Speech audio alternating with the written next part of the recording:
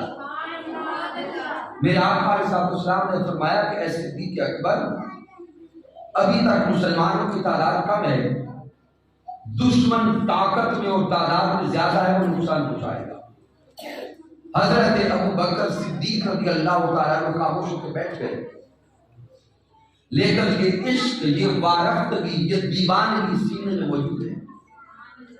چند دنوں کے بعد حضرت ابو بکر صدیق رضی اللہ تعالیٰ عنہ طواف کعبہ کرنے گئے، زیارت کعبہ کرنے گئے۔ جب صحن حرم میں پہنچے تو صحن حرم میں دیکھتے کہ کفار اپنی ٹولی کا لگا کے بیٹھے ہیں، ابو جہل بیٹھا ہے، ابو لہب بیٹھا ہے، عتبہ، طیبہ، شیبہ سارے بیٹھے ہیں۔ تو حضرت صدیق اکبر سے نہ رہا گیا، حضرت ابو بکر صدیق کعبۃ اللہ کے ساتھ کھڑے ہو گئے، کفار سرداروں کو خطاب کرتے ہیں، ارے کافروں آؤ میری بات سنو۔ اب وہ سارے کفار اکٹھے ہو گئے، جب سارے کفار جمع ہو گئے تو حضرت صدیق اکبر اپنا خطاب کرتے ہیں، فرماتے ہیں بتوں کو پوجنے والوں سن لو، یہ سارے بت جھوٹے ہیں، ان میں خدائی کے لائق ایک بھی نہیں، خدائی کے لائق ایک ذات میرے اللہ کی ہے، وہی وحدہ لا شریک ہے، وہی الصمد ہے، وہی لم یلد ولم یولد ہے، اور اسی اللہ نے میرے محبوب محمد مصطفیٰ کو اپنا سچا رسول بنا کے بھیجا۔ اب سامنے تصور میں لائیں، اگر کسی کے سامنے اس خدا کو جھوٹا کہا جائے تو وہ کیا کرتا، اور وہ بھی سردار۔ ان کافروں نے حضرت صدیق اکبر پہ ظلم کرنا شروع کر دیا، حضرت صدیق اکبر پہ تشدد کرنا شروع کر دیا، صدیق اکبر کو مارنا شروع کر دیا۔ ان بدبختوں نے حضرت صدیق اکبر کو اتنا مارا کہ سارے جسم زخموں سے چھلنی کر دیا، خون بہتا رہا، صدیق اکبر بے ہوش ہو گئے۔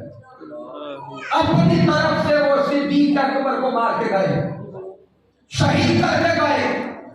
حضرت صدیق اکبر بے ہوشی کے عالم میں پڑے ہیں، گھر والوں کو خبر پہنچی تو گھر والے آئے، صدیق اکبر کو اٹھا کے لے گئے۔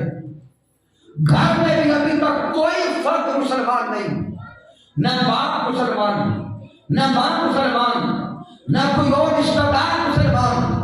گھر والے اٹھا کر تو لے گئے، اب سارے تشویش میں ہیں کہ مکہ والوں نے ابو بکر کو مارا کیوں ہے۔ حضرت صدیق اکبر کو ہوش نہیں آیا، پورا دن گزر گیا، صدیق اکبر کو ہوش نہیں آتا۔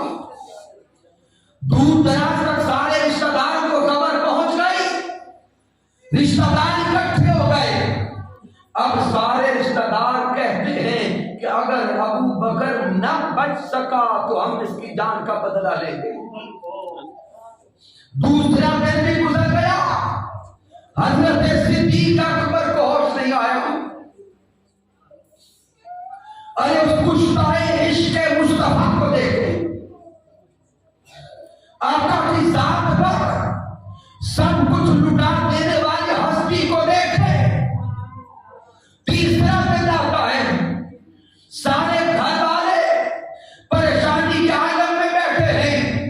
تیسرے دن حضرت صدیق اکبر کو ہوش آیا، ادھر آنکھیں کھلی، سارے دوڑ کے قریب آئے، آ کر پوچھتے ہیں ابو بکر بتا تیرا حال کیا ہے، ابو بکر بتا تیرا حال کیا ہے۔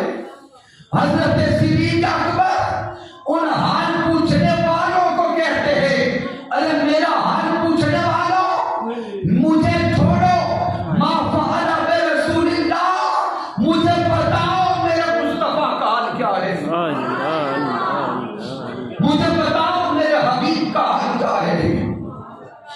مجھے بتاؤ میرے ران تم کا حال کیا ہے، مجھے بتاؤ میرے ساجن کا حال کیا ہے۔ وہ سارے گھر والے ناراض ہو کے چلے گئے، کہتے ہیں کیسا دیوانہ ہے کہ ہمیں اس کی جان کی فکر پڑی ہے اور اسے کسی اور کی لگی ہے، اسے کسی اور کی نسبت پڑی ہے، اس نے اپنا رشتہ کسی اور سے جوڑ لیا۔ سارے ناراض ہو کے چلے گئے۔ ماں تھی سرہانے بیٹھی رہی۔ ماں کہتی ہے بیٹا 3 دن گزر گئے، زخمی بھی ہو، بھوکے بھی ہو، پیاسے بھی ہو، کچھ کھا لو۔ صدیق اکبر کہتے ماں اس وقت تک کچھ نہ کھاؤں گا جب تک یار کی خبر نہیں آئے گی۔ تو سامعین محترم، حضرت ابوبکر صدیق رضی اللہ تعالیٰ عنہ کی اس کیفیت کو دیکھے اور اس کیفیت کو من میں اتارے، حضرت صدیق اکبر کی ابدیت کو جانے، دین اسلام کا پیغام پہنچانے میں، تبلیغ کرنے میں اور دین اسلام کا واعظ کرنے میں بھی صدیق اکبر اول ہیں۔ پھر سامعین اختتام کی طرف آتے ہوئے حضرت صدیق اکبر رضی اللہ تعالیٰ عنہ کے وصال کی تھوڑی بات کرتے ہیں۔ حضرت ابوبکر الصدیق رضی اللہ تعالیٰ عنہ آپ حضور کے ساتھ غار میں جانے میں بھی اول ہیں اور حضور کے ساتھ مزار میں جانے میں بھی اول ہیں۔ یار غار بھی ہیں اور یار مزار بھی ہیں۔ اب سامنے حضور شیخ الاسلام کی کتاب ہے القول الوسیق، اس کتاب کا مطالعہ کریں۔ القول الوسیق، اس کا جو آخری باب ہے اس کو پڑھیں۔ راوی حضرت مولا کائنات ہیں، حضرت مولا علی شیر خدا۔ حضرت مولا علی شیر خدا فرماتے ہیں کہ جب حضرت ابوبکر صدیق رضی اللہ تعالی عنہ کے وصال کا وقت آیا تو ابوبکر نے مجھے بلا بھیجا۔ راوی کون ہے؟ مولا علی شیر خدا خود فرماتے ہیں کہ جب صدیق اکبر کے وصال کا وقت قریب آیا تو ابوبکر صدیق نے مجھے بلا بھیجا۔ اب مولا کائنات فرماتے ہیں جب میں پہنچا تو ابوبکر صدیق عدالت میں تھے، اپنے بستر پہ تھے۔ آپ فرماتے ہیں ادھر میں پہنچا، صدیق اکبر اٹھ بیٹھے اور بیٹھ کر مجھ مولا علی کو اپنے سر والی سائڈ پہ بٹھایا۔ ہمارے پنجابی میں تو کہتے ہیں بستر یہ چارپائی کی سرہاندی، آپ کی سرائکی میں کیا کہتے ہیں؟ سرہاندی۔ تو مولا کائنات فرماتے ہیں کہ صدیق اکبر نے مجھے سرہاندی بٹھایا، اب اپنے سر والی سائڈ پہ بٹھا کر اپنا سر میری گود میں رکھا اور مولا کائنات فرماتے ہیں کہ صدیق اکبر نے مجھے اپنی وصیت کی، اپنی وصیت کی۔ جہاں پہ سارے سمجھدار لوگ بیٹھے ہیں سوچ کے بتائیے گا، وصیت اپنوں کو کی جاتی ہے یا غیروں کو کی جاتی ہے؟ اپنوں کو کی جاتی ہے۔ کن کو؟ اپنوں کو۔ اور اپنے آخری لمحات میں اپنے پیاروں کو بلایا جاتا ہے یا غیروں کو؟ پیاروں کو۔ پیاروں کو۔ حضرت صدیق اکبر کا یہ عمل مولا کائنات کو اپنے آخری لمحات میں بلانا، پھر مولا کائنات کو وصیت کرنا، یہ بتا رہا ہے کہ حضرت صدیق اکبر کے اگر کوئی اپنے تھے تو وہ مولا کائنات تھے۔ مولا کائنات علی شیر خدا صدیق اکبر کے اپنے تھے، پیارے تھے، عزیز تھے، اتنے قریبی تھے کہ وصیت بھی مولا کائنات کو کر کے گئے۔ اور وصیت کیا کی؟ باقی تو ساری باتیں کی، لیکن میں وقت میں رہتے ہوئے جو جملہ دیتا ہوں، حضرت صدیق اکبر مولا کائنات کو فرماتے ہیں جب میری روح پرواز کر جائے، جب میرے جسم اور روح کا تعلق ٹوٹ جائے، جب میری وفات ہو جائے، آپ نے فرمایا علی شیر خدا مجھے غسل اپنے ہاتھوں سے دینا، مجھے غسل ان ہاتھوں سے دینا، مجھے کفن ان ہاتھوں سے پہنانا، میرا جنازہ لے کے چلنا، اور جب جنازہ ہو جائے میری میت کو مدینہ کی گلیوں میں گھما کر میرے جسد خاکی کو روضہ مصطفیٰ پہ لے جانا، روضہ مصطفیٰ پہ لے جانا، اور دروازہ مصطفیٰ پہ رکھ کر اے مولا علی شیر خدا آپ حضور کی بارگاہ میں عرض کرنا سونے آقا آپ کا غلام آیا ہے، حضور آپ کا غلام آیا ہے۔ سامعین محترم یہ وصیت کر کے حضرت صدیق اکبر کا مثال ہوا۔ اب صدیق اکبر کا یہ عمل بتا رہا تھا کہ صدیق اکبر کے قریبی مولا کائنات ہیں۔ اب مولا کائنات کا عمل دیکھیں، حضرت صدیق اکبر کو غسل بھی مولا کائنات نے دیا، کفن دیا، جنازے کے ساتھ چلے، اور صرف جنازے کے ساتھ نہیں چلے، حضور شیخ الاسلام کی کتاب کو اٹھا کر دیکھیں، وصال صدیق اکبر پر سب سے جو تنگ بڑے جملے تھے وہ مولا کائنات تھے۔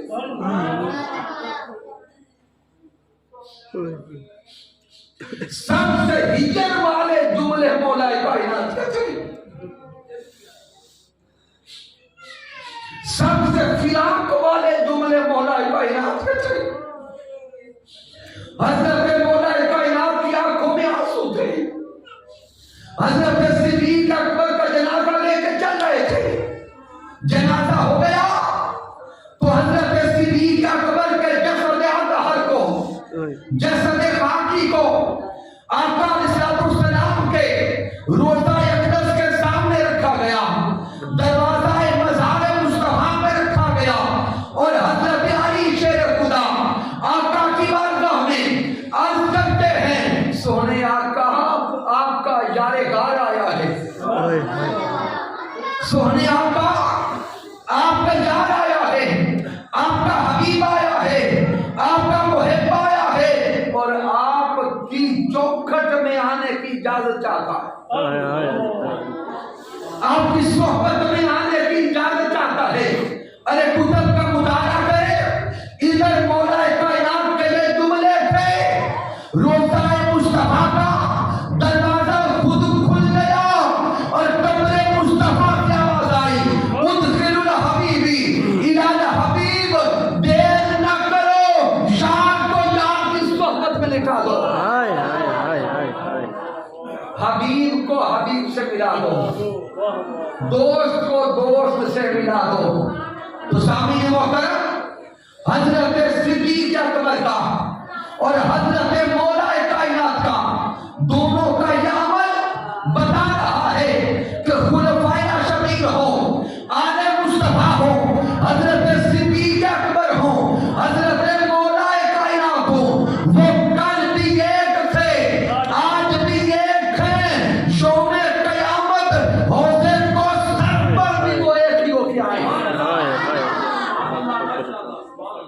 تحریک جہاد القرآن اور حضور شیخ الاسلام ڈاکٹر محمد طاہر القادری منتظر والی اس مادیت کے دور میں، اس فتنہ و فساد کے دور میں، اس جنگ و جدل کے دور میں اس امت کو پھر سے آپس میں جوڑ رہے ہیں۔ حضور شیخ الاسلام نے اس امت کو جوڑنے کا فریضہ سر انجام دیا۔ حضور شیخ الاسلام نے اس قوم کو اور اس امت کو آپس میں یوں جوڑا ہے کہ فتنوں کو